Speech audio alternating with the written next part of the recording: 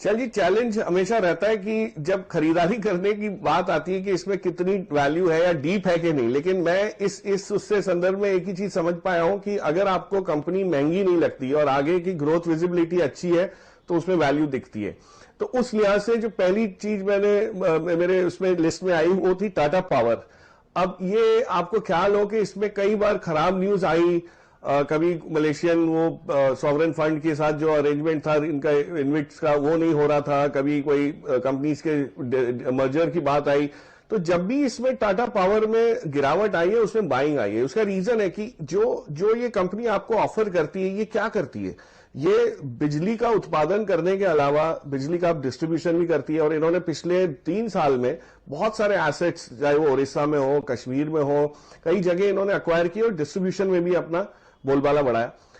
Third चीज ये करती है, रिन्यूएबल एनर्जीज में इसका बहुत बड़ा फोकस है। तो जिस दिन ये रिन्यूएबल एनर्जी जो सोलर साइड का जो बिजनेस है इसको अलग करके कुछ बनाने की कोशिश करेंगे तो उसका भी इनको वैल्यूएशन बहुत अच्छा मिलने की उम्मीद है। और चौथी चीज जो ये charging station, charging infrastructure, Kevadia colony Gujarat में इन्होंने एक पायलट प्रोजेक्ट किया जहां पे टाटा मोटर्स की ही गाड़ी को चार्ज करने की जो चेष्टा करके इन्होंने एक पहल की है। वो मेरे ख्याल से एक बहुत सिंबॉलिक हुआ है कि इसको कमर्शियलाइज करने में बहुत ज्यादा समय नहीं लगेगा। सो टाटा पावर आज गिरावट में कभी भी है। आप 2 साल की अवधि के लिए अगर ले इसको तो इसकी unlocking of value sum of the parts में अगर देखें तो यहां से कई अच्छी आपको अप्रिसिएशन की उम्मीद इसमें बन सकती है। मैं यही कहने की कोशिश कर रहा हूं कि ओवर वैल्यूड मुझे इसलिए नहीं लग रहा क्योंकि इसके जो अंडरलाइंग बिजनेसेस हैं उसकी टोटल जो इंट्रिंसिक वैल्यू है वो कई ज्यादा है as compared to the market cap जो आज आपको 125-123 की जोन में जो दिख रहा है।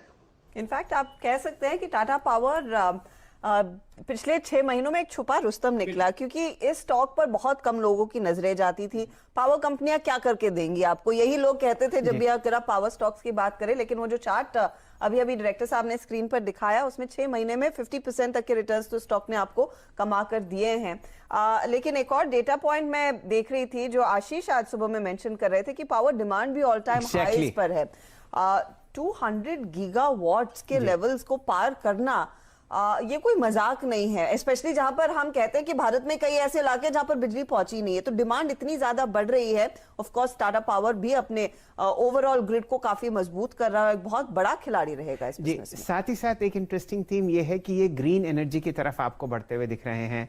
चाहे इतना कंजम्पशन, इतना प्रोडक्शन ना हो ग्रीन एनर्जी का जितनी इनकी इंस्टॉल्ड कैपेसिटी है, लगभग 4.1% भारतीय अर्थव्यवस्था का जो पावर प्रोडक्शन है वो आपको करती हुई दिखती है टाटा पावर कंपनी। और लंबी अवधि के लिए 1 या 2 साल के लिए दीवान साहब यहां पर मोहर लगाते हुए दिख रहे हैं।